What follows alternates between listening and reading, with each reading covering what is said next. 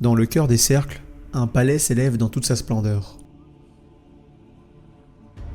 Résister au plaisir est un acte de foi. C'est un défi de l'âme, où souvent, le commun mortel déçoit.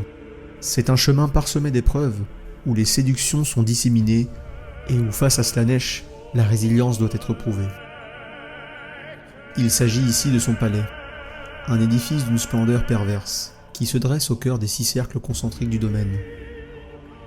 Ce palais lumineux et tentateur, visible depuis le cercle d'indolence, ne peut être atteint qu'après avoir traversé les 6 cercles. Un défi qui exige une force de volonté hors du commun, et c'est souvent au-delà de la capacité des simples mortels. Architecturalement, c'est une forteresse incroyablement haute, érigée sur des piliers de roches fins et tordus. Le palais est d'une telle splendeur qu'il hante les rêves et les cauchemars de tous ceux qui ont le privilège de le contempler, obsédant leur esprit de manière irrépressible. À l'intérieur, on trouve le temple des miroirs tordus.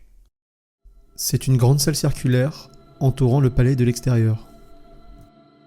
Chaque surface de ce temple est ornée de miroirs qui se reflètent à l'infini, distordant l'image du spectateur de toutes les manières possibles et exposant chaque nuance entre la pureté angélique et leurs incarnations les plus sombres. Les mortels qui regardent ces miroirs se voient réfléchis jusqu'à la dissolution fractale, devenant un mirage hurlant, piégé à l'intérieur.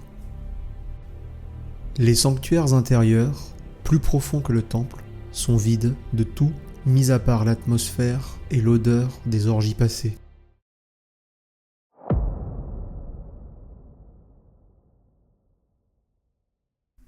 Les voyageurs ayant bravé les 6 domaines se dressent devant le palais des plaisirs.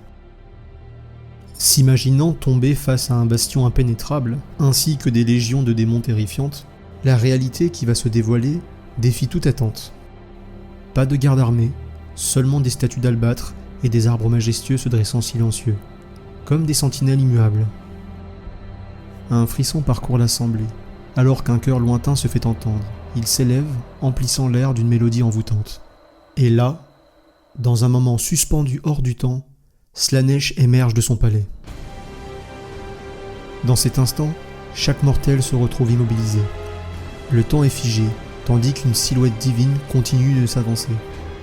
Son sourire, captivant et énigmatique, irradie une aura de puissance qui désarme instantanément les envahisseurs.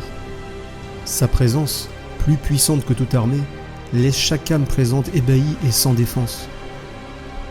Les statues de marbre du palais l'entourant pourraient bien être les derniers envahisseurs, capturés par le charme irrésistible de Slaanesh, leur visage figé dans une expression d'extase absolue, témoin éternel de la perfection incarnée par leur vainqueur. Si par un prodige inimaginable vous vous retrouviez face à Slaanesh, il serait inévitable que vous succombiez à son aura envoûtante. Car la vue de cette divinité est une malédiction pour tout mortel. Regarder Slaanesh signifie perdre son âme instantanément, transformant l'observateur en un esclave volontaire. Et ainsi, il sera assujetti aux caprices du prince noir. Dans ce lieu, la réalité se tord sous le poids de l'excès, et même les victoires les plus résolues contre la tentation peuvent se transformer en une éternité de servitude.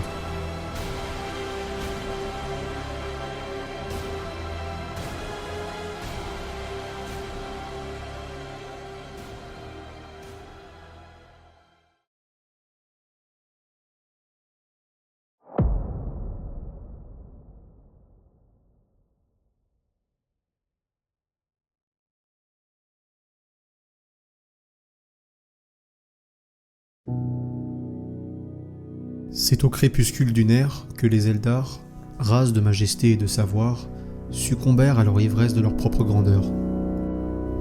Dans un tourbillon de décadence, leur société, autrefois glorieuse, se noya dans un océan de plaisirs excessifs. Chaque excès, chaque frénésie, tissait dans le warp un reflet sombre et puissant. Dans ce maelstrom de luxure et de dépravation, émergea Slaanesh, né de la corruption des Eldar.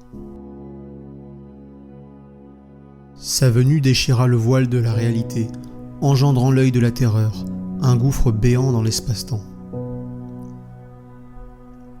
Ce cataclysme marqua la fin d'une ère, laissant les Eldar en ruine, et donna naissance à un dieu du chaos, incarnation même de leur péché inavoué. Les représentations de Slaanesh peuvent être aussi diverses que ses adeptes, allant d'une figure hermaphrodite à un jeune être d'une beauté parfaite, symbolisant le désir universel de perfection et de gratification. Alternativement, Slaanesh peut être représenté comme une entité mi-serpent, mi-humaine, reflétant certaines croyances humaines sur le mal et la tentation, évoquant des thèmes de séduction et de corruption. Son appétit pour les âmes est insatiable, en particulier celle des Eldar. Cette fixation sur ces âmes, plus brillantes et plus puissantes, montre que Slaanesh n'est pas seulement un dieu de puissance, mais aussi un connaisseur des âmes, cherchant à déguster les plus raffinées.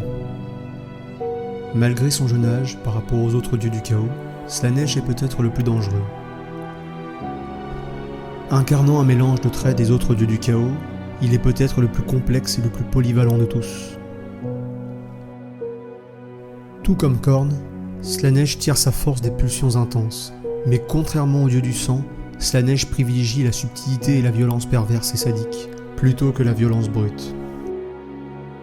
Il partage avec Norgul l'offre d'une évasion de la réalité, mais là où Norgul promet la négligence et le déclin, Slaanesh offre l'extase et le renouveau perpétuel des plaisirs.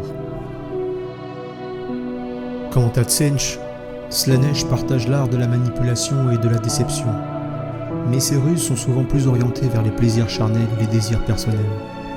Nous pourrions arriver à la conclusion que même ses frères divins pourraient craindre que leur propre excès ne renforce davantage Slaanesh, lui permettant un jour de les dépasser en puissance.